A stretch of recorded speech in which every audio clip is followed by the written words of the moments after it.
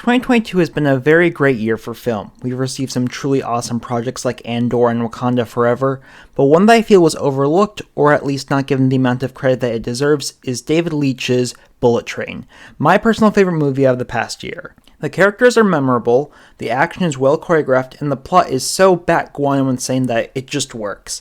That being said, while I do love this movie, there's one small thing I have an issue with: the snake.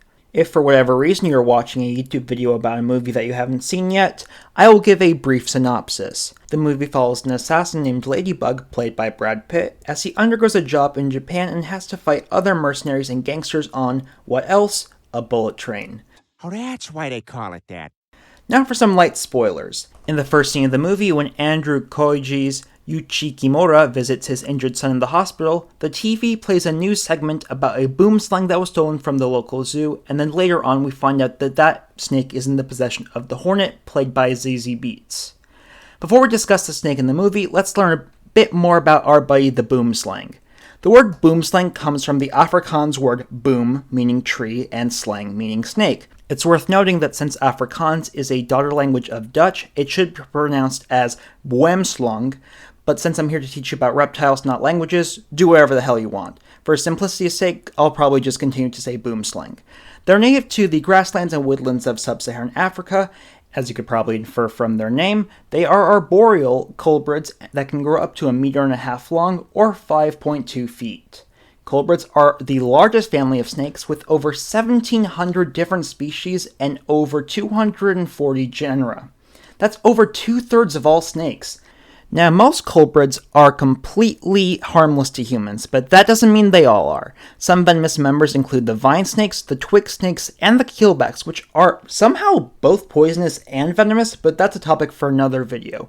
But arguably, the well-known venomous colubrid is without doubt the boomslang.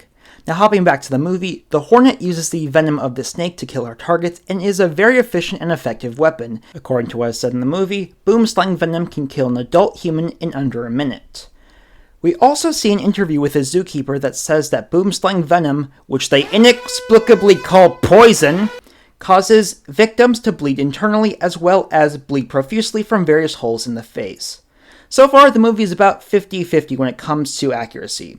In reality, boomslangs do use hemotoxins, which are primarily used to disrupt blood clotting, which does lead to bleeding out as well as bleeding internally. However, it does not cause your face to erupt like a hemoglobin volcano, although it does cause headaches and nausea, which we do see Ladybug get towards the end of the movie, so points there. Interesting little side tangent, in the 1950s, herpetologist Carl Schmidt was studying juvenile snakes at the Field Museum in Chicago. Hey, that's the museum I grew up visiting, I love that place. And he got bitten by a baby boomslang as a result of mishandling the reptile, to which he was all like, "It's a baby, I'll be fine. Do you really think that baby snakes are as venomous as adults are?" When you take into consideration the fact that he was dead within 24 hours, I would say yes. The primary error of the movie's boomslang comes from the time it takes the venom to kill, since it is very slow acting and often takes hours before symptoms begin to show, let alone death, since Schmidt nearly died 24 hours after getting bitten. To contrast, the snake with the fast-acting venom is another African species, the black mamba, which is able to kill a human in under half an hour. Still nowhere near the minute that the movie says, but hey, nature doesn't always make good action. Towards the end of the movie, Ladybug gets bitten by the rogue snake and then unceremoniously dumps it into one of those cyberpunk-esque Japanese futuristic toilets. He then regains his composure due to previously using the Hornet's only antivenom on himself, which ultimately led the assassin to die at the hands of her own weapon. How ironic. It's worth noting that if you were ever bit by a venomous snake, it's more effective to administer the antivenom after getting bit than before, but hey, movie's got a movie. Boomslang antivenom was first developed in the 1940s and has been abundant ever since, so it makes sense that the characters were able to get their hands on it. Although, Mr. Bug may not have even needed the shot in the first place. Despite their size, the fangs of a boomslang are located in the back of their jaw, so it's entirely possible for a dry bite to occur.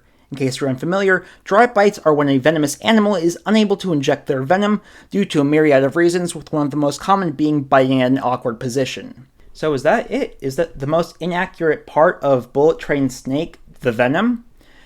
Well, You would be mistaken, as this is not a boomslang at all. For the entirety of this movie, the venomous snake has been portrayed by a completely harmless rat snake. In particular, it is an Orthriophis tainira, or if you're an obnoxious EDC stan, Elphe tainira, which is more commonly known as the beauty rat snake or the cave racer. They are non-venomous culprits that inhabit southeastern Asia and primarily feed off of small rodents, bats, and birds.